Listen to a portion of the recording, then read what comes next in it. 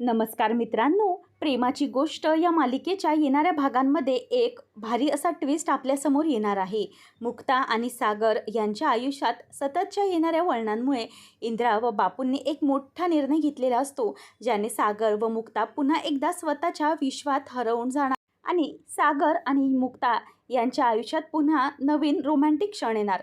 तर आता एकीकडे हर्षवर्धनवरचा बदला घेण्यासाठी मिहिकाने हर्षवर्धनचे पूर्णच बँक अकाउंट खाली करून टाकलेले असते आणि त्याचे हे बँक अकाउंट खाली करून कशाप्रकारे हर्षवर्धनला भिकारी बनवणार हे सगळे आपल्याला या ट्विस्टमध्ये पाहायला मिळणार आहे.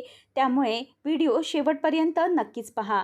आता मुक्ताने घरात फिश करी बनवलेली असते आणि त्याचं इंद्रा भरभरून कौतुक करते.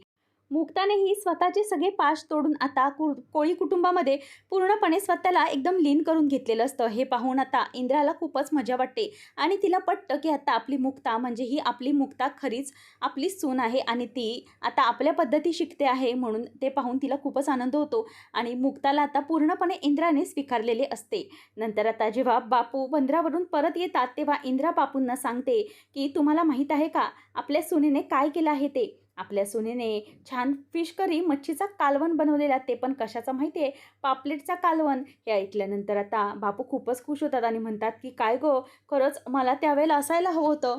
तेव्हा मग इंद्रा म्हणते की हो नक्कीच, आता ती आपली सून एकदा शिकली ना की ती बनवेलच, कशाला काळजी करता. मग नंतर आता ती म्हणते की अहो मला जरा तुमच्याशी बोलायचं आहे. तेव्हा बापू म्हणतात की बोल ना, काय झालं. तेव्हा मग ती सांगते की मुक्ता आपल्याला दाखवते तर आनंदी, पण तिच्या आयुष्यात खरंच खूप टेन्शन आहे आणि बऱ्याच वेळेला पोरीला खूप त्रास होतोय. आपला सागऱ्या कसा बसा तिला सावरतो, पण ती मुक्ता पोर बघा ना कशी सुकून गेली आहे सगळ्या जबाबदाऱ्यांमधून आणि मिहिका असं वागली म्हणून तिला खूप वाईट वाटले. तिच्यासाठी काहीतरी केले पाहिजे असं, जेणेकरून मुक्ता आणि सागर खुश होतील. तेव्हा बापू विचार करतात की मी त्यांना दुबईचं तिकीट काढून देतो. त्यांना फिरायला गेल्यानंतर ते खूप चांगले फ्रेश होतील आणि ते फिरायला जाऊन येऊ दे. तसंही लग्नानंतर ते कुठे फिरायला गेले नाहीत.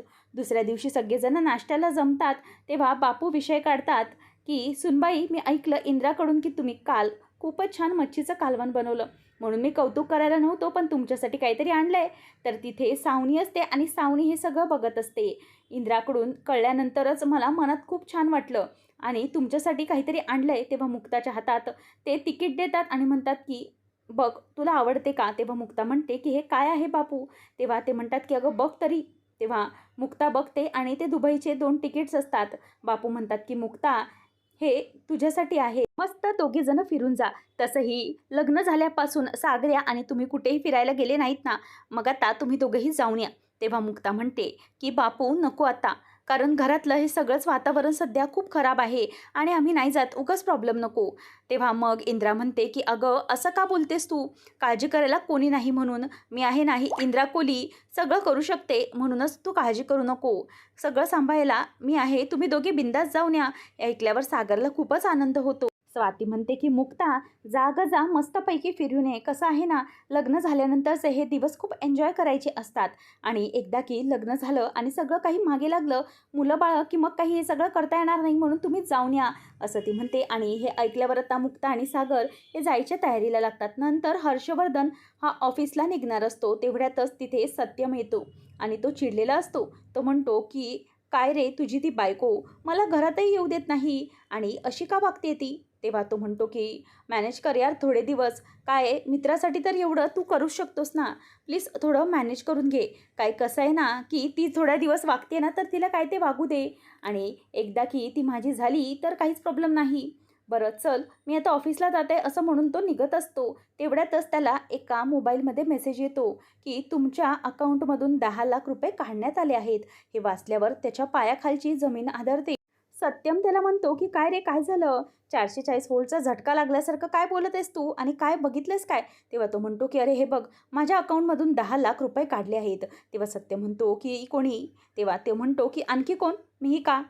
तेव्हा तो म्हणतो की तुला पिन नंबर वगैरे दिला होतास का क्रेडिट कार्डचा. तेव्हा तो म्हणतो की हो, तिने मी तुझी बायको आहे ना असं सगळं माहीत पाहिजे मला म्हणून पासवर्ड विचारला आणि मग काय आता बघ, मी प्रेमामध्ये तिला सांगून पण टाकला, पण तिने एवढी 10 लाखाची काय शॉपिंग केली असेल? तिची एवढी लायकी तरी आहे का एवढे 10 लाख रुपये खर्च केले? आयुष्यभरही कमवूनही तिला इतके पैसे मिळाले नसते. राहू दे, आज मी ऑफिसला जातच नाही, घरी येऊन बघतो हिला. आणि मिहिका आल्याबरोबर सत्यम निघून जातो आणि ती इलेक्ट्रॉनिक्समधले असलेले सगळे सामान सेल्समनला घेऊन येते आणि म्हणते की इकडे सगळे सामान लावून ठेवा दादा.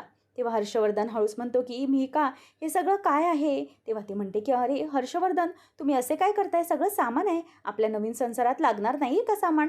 तेव्हा तो म्हणतो की काय हे मला जरा सांगशील का प्लीज? ती म्हणते की टी व्ही आहे, रेफ्रिजरेटर आहे, वॉशिंग मशीन आहे. तेव्हा तो म्हणतो की अगं, आपल्याकडे ऑलरेडी या सगळ्या गोष्टी आहेत आणि चांगल्या कंपनीच्या आहेत, मग कशाला हव्या त्या नवीन गोष्टी? तेव्हा ती म्हणते की हे बघा, तो संसार ना सावनीचा होता आणि ते जे सगळं घेतलेलं ते सगळं तिने स्वतःच्या चॉईसने घेतलेलं होतं. आणि जे मला तिने घेतलंय ते मला माझ्या संसारात का ठेवू? तिच्या आठवणी मला आपल्या संसारात नाही ठेवायच्यात. म्हणूनच मला जे हवंय ते मी खरेदी केलंय. माझ्या स्वतःच्या संसारात मला माझ्या आवडीच्या गोष्टी घ्यायच्या आहेत ना, म्हणूनच मी हे सगळं खरेदी केलेलं आहे. तेव्हा हर्षवर्धनला काय बोलावं काय नाही हे काहीच कळत नाही. आणि त्याच्या एकदा लक्षात येतं की बहुतेक आता मी जर हिला काही बोललो तर ही उगाचच रुसेल आणि नवीन सुरू झालेल्या संसारात काहीतरी व्हायचं. आणि तिला कळलं पाहिजे की तिच्यासाठी मी काही करू शकतो असं मी तिला म्हणालोय ना, मग हे 10 लाख रुपये गेले असं समजेन असंच तो मनामध्ये बोलायला लागतो. आणि त्याच वेळेला मग आता ती म्हणते की म्हणजे काय? तुम्हाला काय झालंय? तेव्हा तो म्हणतो की बरोबर आहे, ह्या सगळ्या गोष्टी सावनी आहे ना, त्यावर तिची काळी सावली आहे. जाऊ दे, आपण ह्या ज्या काही गोष्टी आहेत ना, त्या आपल्या नोकराला देऊन टाकू. तेव्हा तो रागाने बघत असतो. ती म्हणते की काय हो, तुम्ही रागाने कशाला बघताय? आणि आता तुम्ही माझ्या संसारावर मी हक्क गाजवलाय म्हणून माराल की काय? हात उचलाल की काय? तेव्हा ती त्याचे हात घेऊन स्वतःलाच मारायला लागते. मग तो म्हणतो की अगं, असं काय करतेस बायको? मी तुला कुठे म्हणालो आहे की तुझ्या मनासारखं वागू नको. तुला जे काही करायचं आहे ते तू नक्कीच करू शकतेस. मी तुला काहीही बोलणार नाही. आपला संसार आहे, तुला करायचं आहे ना अगदी मनापासून, ठीक आहे कर. आणि मला हेच तर हवं होतं गं, की तू आपल्या संसारात पूर्णपणे बिझी होशील. आता तू कोणाचाही विचार करायचा नाही.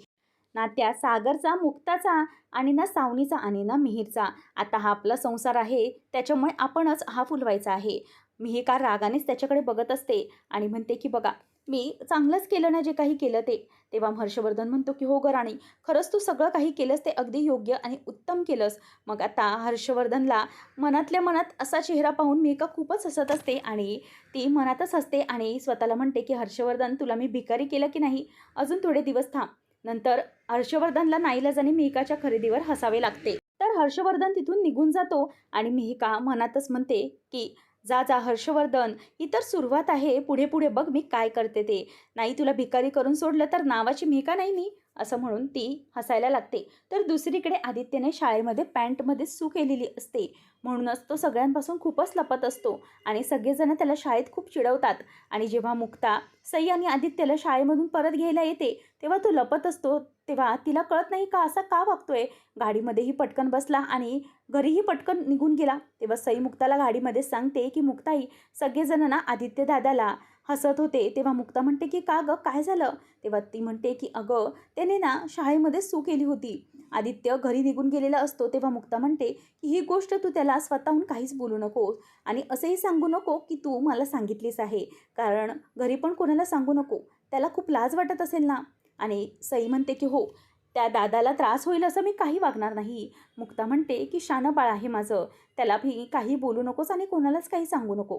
त्याच वेळेला आता मुक्ता विचार करते की हा मुलगा किती लहान आहे आणि या सगळ्या वयातच 8 वर्षाच्या मुलाला किती काही सहन करावं लागतंय.